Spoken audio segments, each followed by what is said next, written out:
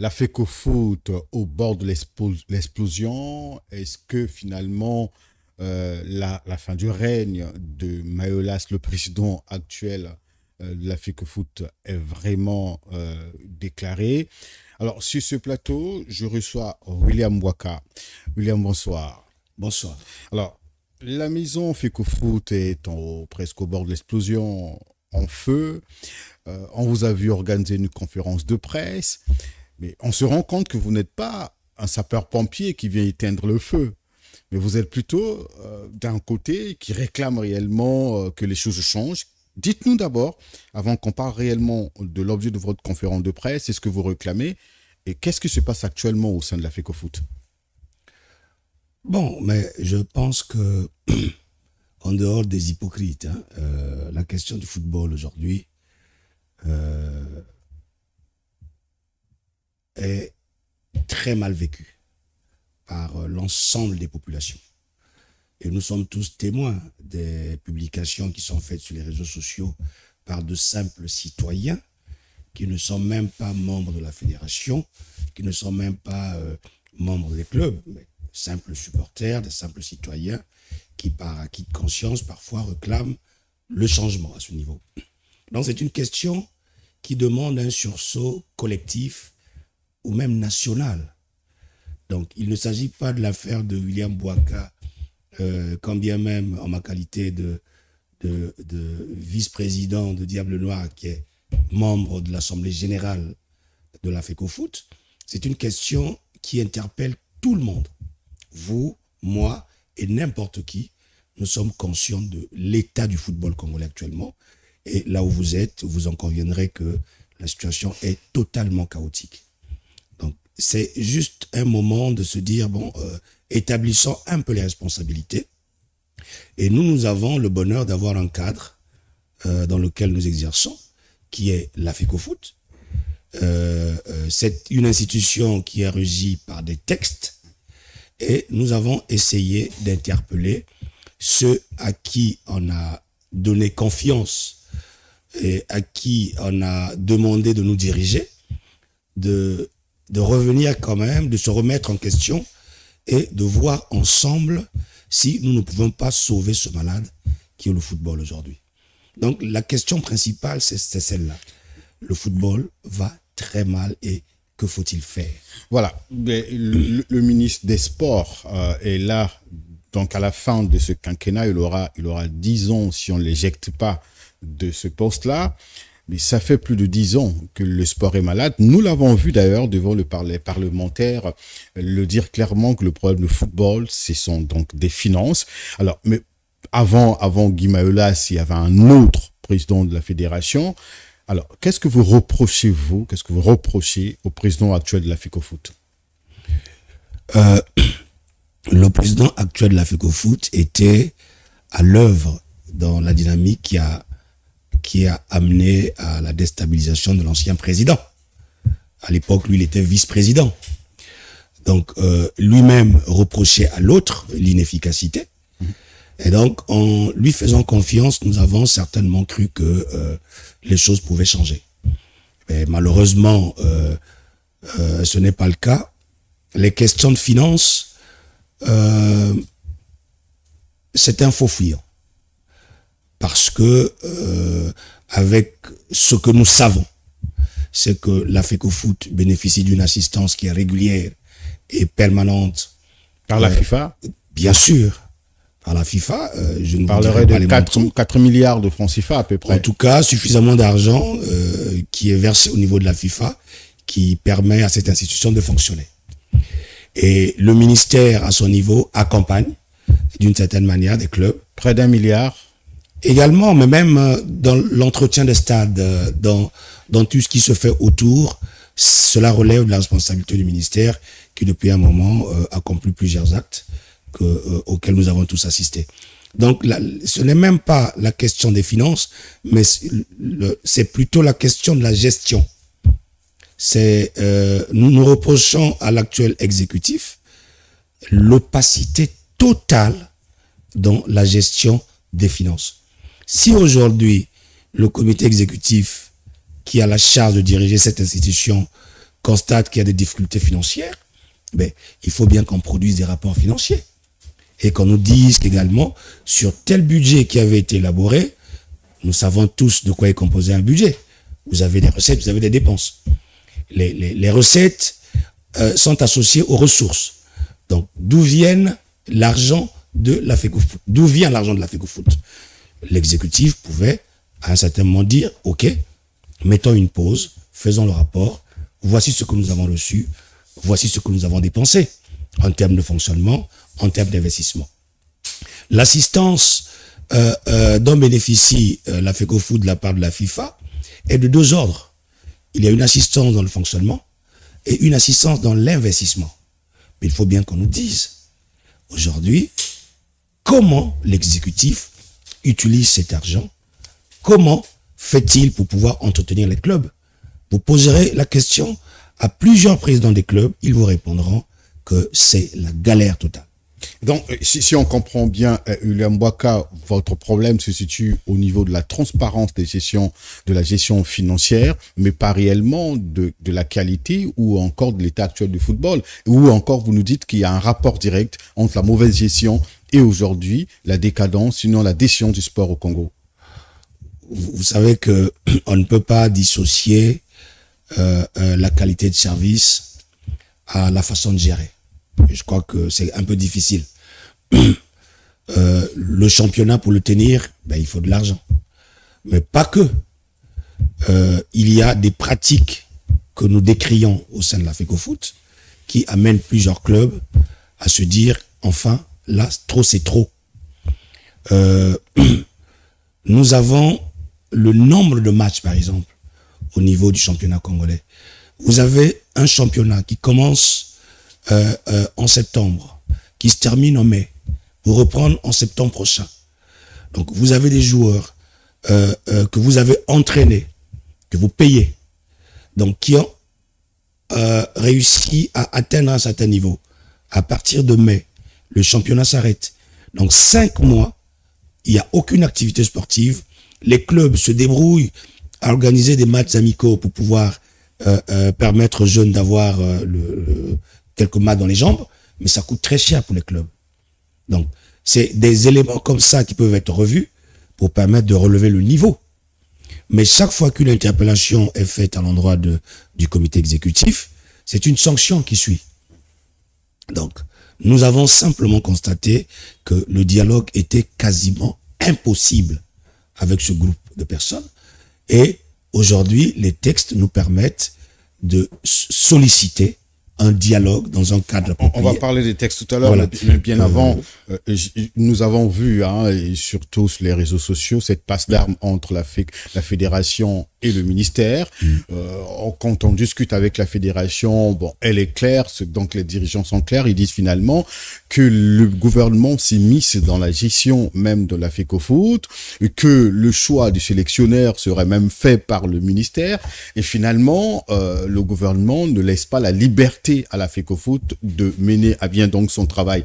Est-ce que c'est pas aussi parce que quelque part avec toutes les décisions, nous avons vu que le ministre, en dehors du fait qu'il a supprimé, a arrêté le championnat, il y a aussi la suppression des frais de participation. Est-ce que du côté du gouvernement, il n'y a pas un problème qui enrichit ou qui contribue à tous les maux aujourd'hui que vous décriez? Je pense que même le gouvernement est composé de citoyens. Ceux qui composent le gouvernement aujourd'hui sont des hommes et des femmes qui se disent citoyens de ce pays, qui ont le droit de se dire, tiens, nous en souffrons nous aussi. Donc il y a quand même, dans un premier temps, un problème de légitimité.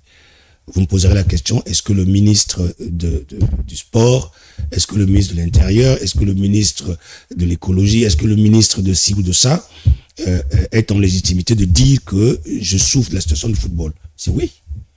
C'est un citoyen, comme vous et moi. Tous nous allons au stade. On n'a pas besoin d'être ministre de sport, on n'a pas besoin d'être premier ministre pour savoir que la situation va mal. C'est un élan simplement patriotique. Nous aimons tous ce pays.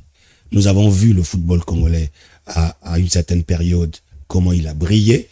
Et en souffrir n'est pas un péché.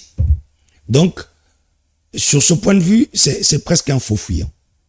Par exemple, la suppression des primes de participation. Le ministère n'a pas arrêté. Ce sont les clubs qui ont demandé, face à la résistance du comité exécutif, qui ont saisi le ministère du Sport pour demander la fermeture de stade. Parce que, je vous prends un exemple, nous qui sommes, il y a 14 clubs au niveau de la Ligue 1. Et de façon unanime, nous demandons au ministère de fermer les stades parce que le comité exécutif est devenu sourd à nos différentes préoccupations et l'urgence nous interpelle. Peut-être que par ce moyen, il peut être amené à jeter un regard sur nous. Malheureusement, ça n'a pas été le cas. Ils sont même allés très loin. Le championnat des dames, qui devait être organisé en juillet 2023. Le comité exécutif dirigé par M. Guy Blaise Mayolas a attendu presque 15 mois. 15 mois pour organiser ce dit championnat.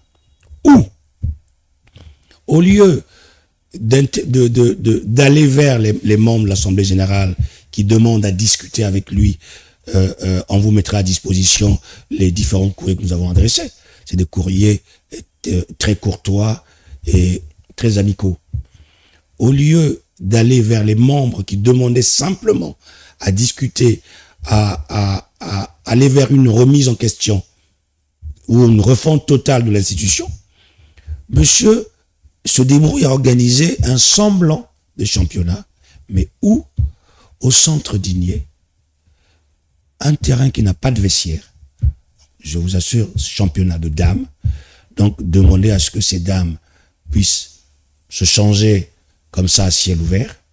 Mais même en termes d'éthique. Ne voulait-il pas sauver quand même le football difficile en le faisant puisque mais est-ce qu'il ne voulait pas sauver le football voilà, puisque tout était fermé? Mais si vous voulez sauver le football, vous savez très bien que vous avez été élu. Et ceux qui vous ont élu vous interpellent. Pour vous dire, mettons un arrêt parce que il y a trop de dégâts. Si vous voulez sauver le football, qu'est-ce que vous faites? Vous dites, ok, je ne me repose de rien, je viens vers vous, dites-moi ce que vous voulez. William Bouaka, nous allons aborder la conférence, l'objet surtout de votre conférence de presse. Mais avant qu'on y arrive, puisqu'il y a une question qui est directement liée à ça, est-ce que pour régler les comptes à Guy Blaise Mayolas, puisque le ministre donc, de tutelle, le ministre des Sports, est donc en bisbille avec la fédération, donc le dirigeant de la fédération, est-ce que vous pouvez être franc pour nous dire que finalement le ministre a regroupé, vous a donc sollicité, s'est appuyé sur vous, les clubs, les présidents des clubs, et finalement pour déguerpir ou créer une crise au sein de la FECOFOOT afin de déguerpir Mayolas. C'est ça ou pas? Je vous trouve très insistant sur l'implication du ministre. Vous avez certainement des bonnes raisons d'insister. Mais en ce qui nous concerne, on veut juste comprendre. Puisque vous êtes revenu plus d'une fois dessus. Mais je vous ai dit que ce n'était pas le cas. C'est une interpellation. Non, il vous sollicite quand même, vous. C'est lui qui vous sollicite. Non, en tant que membre de l'Assemblée générale, nous pouvons solliciter l'arbitrage. Donc c'est vous qui avez sollicité. Non, nous pouvons solliciter l'arbitrage. Et ce n'est pas encore le cas aujourd'hui parce que les textes nous donnent encore une bonne marge de manœuvre et nous essayons de suivre ce que les textes nous disent. Mais sur le conflit entre la FECOFOOT et le ministère, je ne sais pas comment vous expliquer cela. Posez la question à M. Guy Blaise Mayolas, d'où vient ce conflit et pour quelles raisons serait-il en conflit avec le ministre des Sports? Lui, certainement, cela ne voulait pas. D'accord. Bon, donc, le 17 septembre dernier, une conférence de presse, on vous a suivi. Alors, qu'est-ce qui se cache derrière cette conférence de presse? Dites-nous, l'objectif final, c'est quoi? Ce que vous réclamez d'ailleurs. Ce qui se cache, rien ne se cache. Nous sommes transparents, mon frère. Nous sommes transparents et nous sommes restés légalistes dans nos actions. Pour vous faire la petite genèse, après moult essais pour pouvoir obtenir du président du comité exécutif une attention plus ou moins particulière sur les préoccupations qui étaient les nôtres, nous avons initié au départ une motion de défiance dans laquelle 4 points étaient précisés pour interpeller le comité exécutif. Le trucage des matchs, la corruption et l'opacité dans la gestion des fonds. On a même suivi un audio qui corrobore ce que vous dites. Bien évidemment. Donc nous avons simplement interpellé à travers cette motion de défiance pour que qu'il y ait une pause et qu'on regarde ensemble ce qui se passe, parce que il y a un vrai problème qui mine le foot. La motion de défiance a été purement et simplement balayée. Et on repense à cette motion, le comité exécutif, par la voix de son secrétaire général, a saisi donc la FIFA, disant que il y avait une ingérence de l'État dans la gestion des affaires internes de la FECOFOOT. Et là, malheureusement pour eux, la FIFA, dans la réponse qu'il a faite, dit la chose suivante. Les membres qui composent cette organisation sont indépendants et autonomes.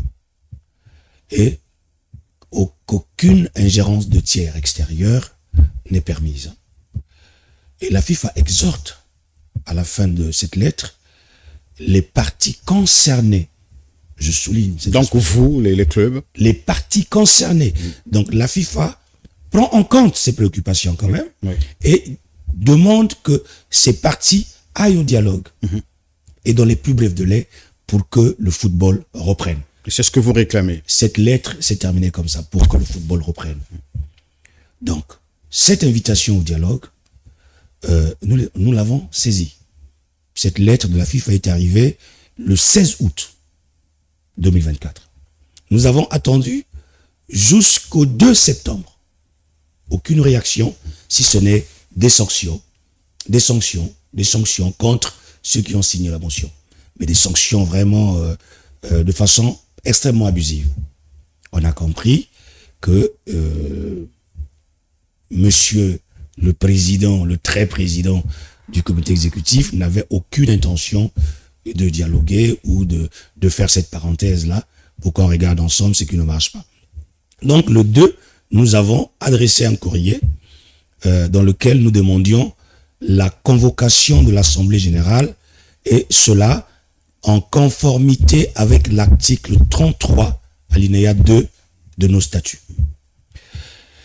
Après cette lettre, puisque dans cet article, il nous est autorisé de demander l'Assemblée générale au président du comité exécutif, qui, une fois saisi, est tenu de répondre dans les 15 jours. Donc, convoquer et tenir l'Assemblée dans les 15 jours. Nous avons attendu 15 jours, rien n'a été fait. Le 15e jour est arrivé le lundi 16, et donc nous avons dit, ok, l'alinéa 3 du même article, donc 33 de nos statuts, dit que dans la situation où le président ne convoque pas l'Assemblée, les membres qui ont demandé peuvent la convoquer eux-mêmes. C'est ce que nous avons fait. Selon les textes. Selon les textes, l'article 33, alinéa 3. Les membres qui ont demandé la convocation de l'Assemblée générale extraordinaire au président du comité exécutif, lorsque celui-ci n'a pas réagi dans les 15 jours qui ont suivi, ils ont le droit de la convoquer eux-mêmes. Et donc là, vous avez convoqué une Assemblée générale. Donc, le 17, c'était un jour après l'échéance ou le délai et qui lui a été concédé. Nous avons donc convoqué l'Assemblée générale extraordinaire, puisque nous sommes majoritaires. Qui aura lieu le 25 septembre 2024 à l'hôtel Elbow à 10h. Et c'est quoi le contenu, l'ordre du jour? C'est déguerpir le président Vous savez, il faut qu'on évite de donner l'impression que c'est une guerre contre la personne de Mayolas. Non, ce n'est pas cela. Nous voulons juste travailler pour que ce foot revienne. Pour sauver le football au Congo. Nous voulons juste cela. Nous sommes responsables des clubs. Moi, je gère Diable Noir, aux côtés du général Ndengue, qui est le président général, je suis le vice-président. Mais je peux vous dire ce que ça coûte de gérer un club comme Diable Noir. Vous avez des joueurs que vous payez, qui ont des salaires, dont vous louez les maisons. C'est très dur de tenir un club. Donc nous savons ce que c'est. L'ordre du jour, c'est quoi? Le 25, vous allez parler de quoi? Ben, on va parler de ce que nous avons évoqué en filigrane. Les questions de la corruption. Le manque de transparence. Les sanctions abusives. L'opacité dans la gestion. Et éventuellement, tous les aspects de trucage des matchs que nous avons tous enregistrés, il faut qu'on en parle. Et après, nous en tirerons les conséquences. Les conséquences, c'est que finalement, le responsable est connu. Et donc, est-ce que vous avez, vous, le pouvoir de le faire partir de la tête de la FECOFOOT? Et si nous avons eu le pouvoir d'organiser selon les textes. Mais si déjà, mais ce sont les mêmes clubs, ce sont les électeurs, c'est un groupe d'électeurs que nous composons. Ce sont les mêmes qui l'ont élu. Ce sont les mêmes qui l'ont élu hier. Les membres qui l'ont élu. Et vous croyez avoir la majorité pour réellement, puisque vous pouvez bien organiser l'Assemblée générale, mais est-ce que vous êtes majoritaire, vous? Est-ce qu'on ne tient pas compte de ces principes? Je vous demanderai de faire passer un micro-trottoir auprès des différents clubs de Brazzaville qui sont membres ayant droit de vote de l'Assemblée générale. Chacun vous dira la souffrance qui est la sienne. Chacun vous dira la douleur qu'il ressent plus profond de lui. Le problème est grave, il est même gravissime. Donc la majorité, on n'a même pas à travailler pour ça. Nous sommes tous unanimes du fait que ça ne marche pas. Et puisqu'il y a une confiscation en quelque sorte de l'institution, pardonnez-moi, ce n'est pas un organe qui appartient à un individu. Il n'a de légitimité que parce qu'il est soutenu par les membres qui lui ont fait confiance. Quand la confiance lui est retirée, il n'a plus de légitimité. Voilà, William Bouaka, nous tendons vers la fin de cette grande interview. Hein. Les prochaines étapes sont lesquelles? Après l'Assemblée générale, on pense par rapport à ce que vous dites, et surtout si vous êtes majoritaire, que si Guy Blaise Mayolas ne parvient pas à vous empêcher. Alors, quelles sont les prochaines étapes après l'Assemblée générale?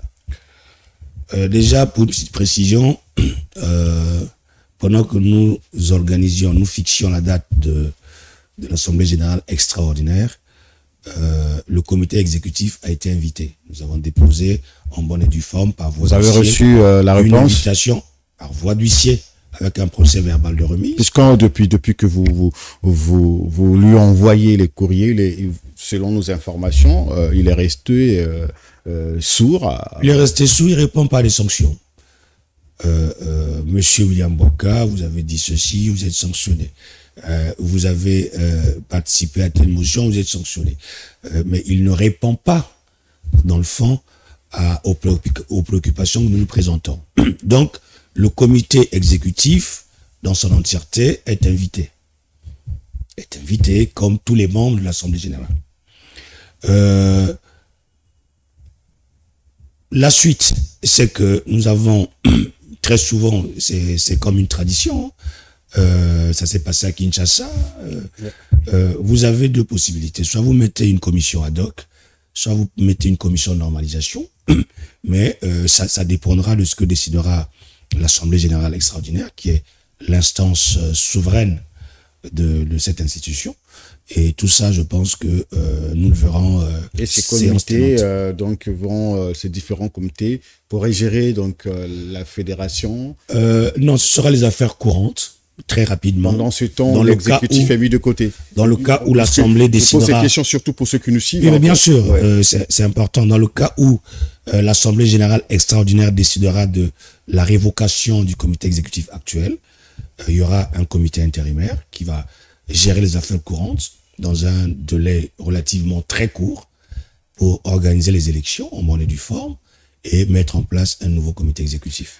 Dernière question, William Bouaka. Et si, à la lumière de tout ce que nous avons dit ce soir et sur la base des informations que nous avons, si le président exécutif actuel est resté, on va dire, sourd ou encore ne vous comprend pas, ne comprend pas votre démarche ou ne cède pas à vos réclamations, à vos requêtes, est-ce que vous imaginez, vous pensez que finalement, après l'Assemblée générale, est-ce qu'on peut imaginer qu'il vous cède les bureaux, qu'il vous donne tout ce qu'il faut pour la gestion du football? Est-ce que la FIFA, vous n'imaginez pas aussi que la FIFA bloque parfois peut-être aussi vos décisions? Mais moi, je pense que la FIFA est dirigée par des gens responsables. Vous voyez la responsabilité qui est celle de la FIFA au niveau mondial. Donc, ils savent lire les situations et surtout que dans tout ce que nous faisons, nous sommes restés conformes au texte. Conformes au texte. Aucune action n'a été menée en dehors de ce que prévoient les textes. Aucune. On mettra tout le monde au défi. Aucune action n'a été menée en dehors de ce que prévoient nos textes.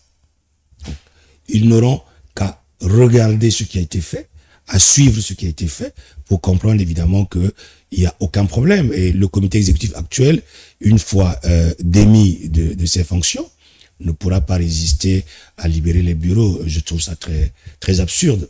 Je crois que Guy Mayolas, quoi qu'on pense de lui, c'est quelqu'un de responsable aussi. Hein. Il va comprendre que là, je pense que j'ai été démis par ceux qui m'ont fait confiance hier. Calmement. Les autres s'en sont allés. Il y a eu le vieux Mbono qui était là avant lui, qui est parti tranquillement sans faire d'histoire. Bien avant le vieux Mbono, il y avait d'autres. Donc, si ceux qui vous ont fait confiance vous la retirent très calmement, repartez, peut-être qu'après vous reviendrez. Ça, il n'y a pas de problème. Voilà, donc, de tradition, nous donnons la parole à nos invités, et surtout de dire ce qu'on n'a pas pu aborder parce que nous n'avons pas toutes les informations. Peut-être que vous aurez une information plus importante ou un fait qu'on n'a pas abordé dans cette interview. Et donc, nous vous laissons donc la lassitude de dire au public ce que vous avez encore sur votre cœur. Vraiment, merci beaucoup. Mais moi, je crois que cette question est plus que cruciale et devrait interpeller chaque citoyen amoureux du football.